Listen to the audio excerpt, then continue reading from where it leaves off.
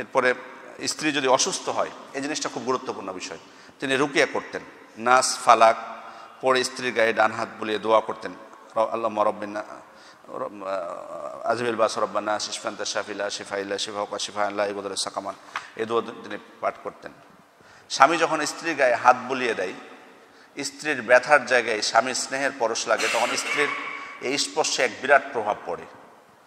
যদিও এতে শরীরের রোগ সেরে যায় না, তবু অন্তরের বিরাট এক বোঝা নেমে যায় রুগ্ন স্ত্রীর।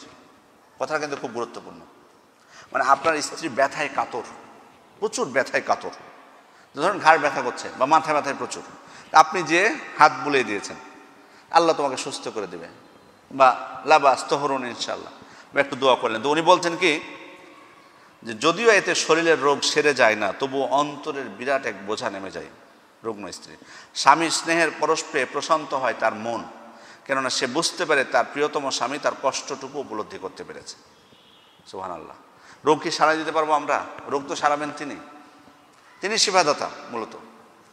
কিন্তু এই যে আপনি যে হয়তো কষ্ট পাচ্ছে, কি একটু ভালো অনুভব করছো, বা একটু মাথাটা আপনি নাড়লেন, হাত দিলেন, এটাতে কিন্তু তার অন্তরের দিক থেকে যে কষ্টটা ছিল সেটা কিন্তু কমে যাবে অনেক।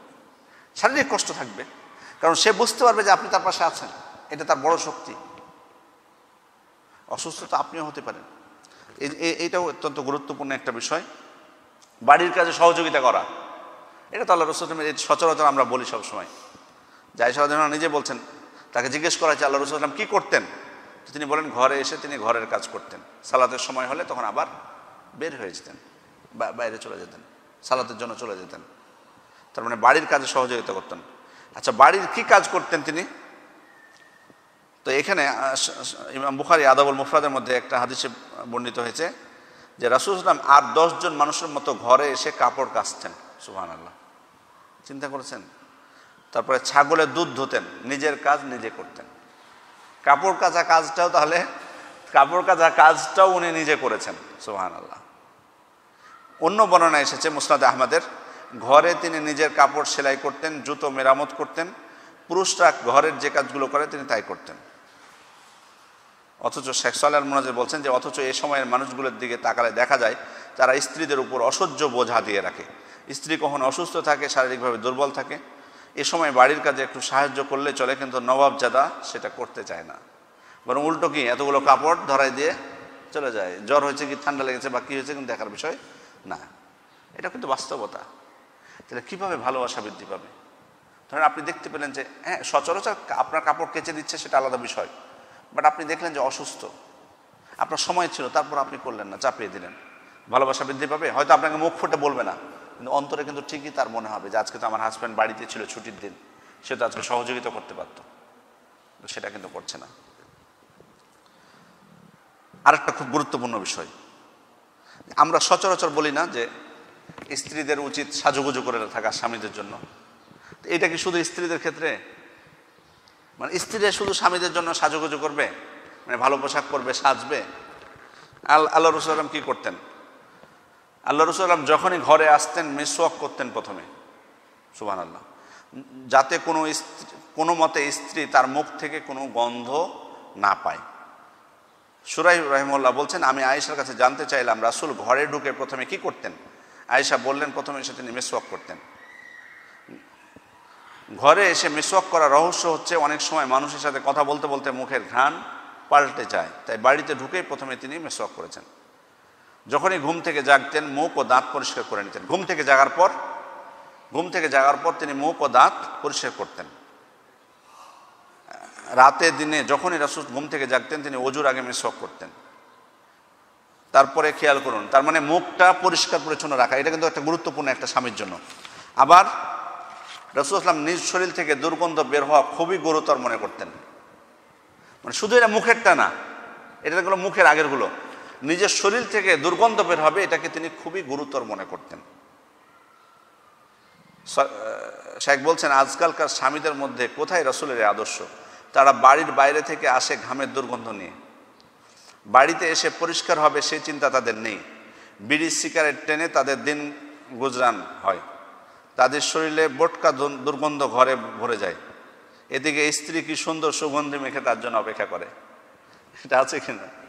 সিগারেট খোর, মুখ দাঁত মেশক করবে কি সিগারেট যারা খায়।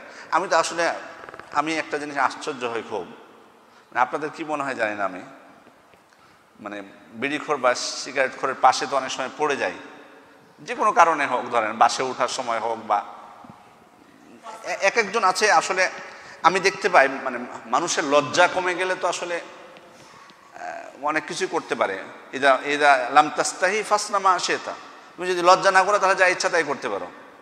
বাট মানুষ এক একজন দেখবেন যে একটু তো শ্রদ্ধাবোধ থাকা দরকার, যে আপনার পাশে 4-5 জন দাড়িওয়ালা মানুষ ধরেন দাঁড়িয়ে আছে, সে ওখানে যে সিগারেট খাচ্ছে, ধোঁয়া ছাড়তেছে, কোনো কিছু মনেই করতেছে না। একবার তো বিবেচনা করা উচিত ছিল। আমি চিন্তা করি যে আমরা এটুক ধোঁয়া দূর থেকেও সিগারেট কেউ খেলে তার পাশে থাকতে পারি না, ওর বউ থাকে কি করে? এই জিনিসটা আমার খুব চিন্তা হয়, যার বউ সারা জীবন থাকে কি করে? এটা কি অভ্যাসের ব্যাপার?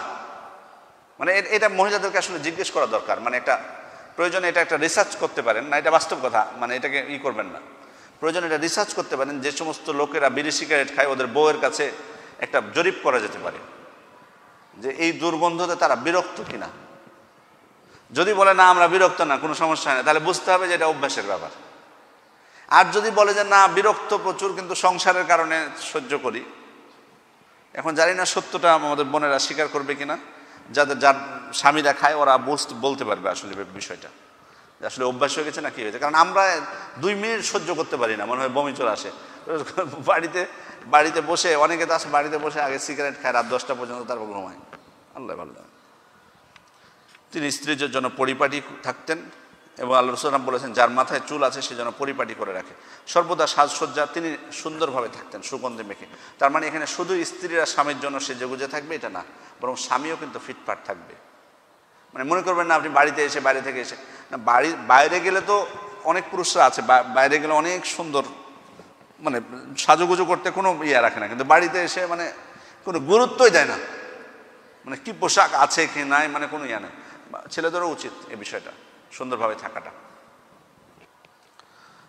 ইবাদতের বিষয়ে খেয়াল রাখতেন তিনি, বিশেষ করে রমজানের শেষ দশক আসলে যে ইবাদত করতেন, স্ত্রীদেরকে তিনি জাগিয়ে দিতেন। ইবনে হাজার রাহমাতুল্লাহ আলাইহি বলছেন রামজানের শেষ দশকে রাসূল সাল্লাল্লাহু আলাইহি ওয়াসাল্লাম তার স্ত্রীদের জাগিয়ে দিতেন কিয়ামুল লাইল, জিকির ও দোয়া করার জন্য, আর সারা বছর বিশেষ করে বেতরের জন্য জাগিয়ে তুলতেন। খেয়াল করে দেখুন যে উনি কিন্তু, যেমন আয়েশা রাদিয়াল্লাহু আনহা আরেকটা বক্তব্য, রাসূল সাল্লাল্লাহু আলাইহি ওয়াসাল্লাম রাতের একটা সময় ব্যাপী নামাজ পড়তেন, আর যখন বেতর আদায় করতেন তখন বলতেন উঠো বেতর আদায় করো আয়েশা। তার স্ত্রীদেরকে কিয়ামুল লাইলের অন্য সময়ে বাধ্য করতেন না, স্ত্রীদেরকে অন্য সময়ে কিয়ামুল লাইলে বাধ্য করতেন না, রমজান মাসে বেশি করতেন তিনি নিজে আদায় করতেন। তবে ইবাদতের প্রতি তার যে গুরুত্ব ছিল স্ত্রীদের, আয়েশা রাদিয়াল্লাহু আনহা ধরুন বেতন না পড়ে ঘুমিয়ে গেছেন, তখন তাকে কি বলতেন? বেতর পড়ো। তার রাসূলের স্ত্রীদের ইবাদতের প্রতি তার একটা গুরুত্ব ছিল।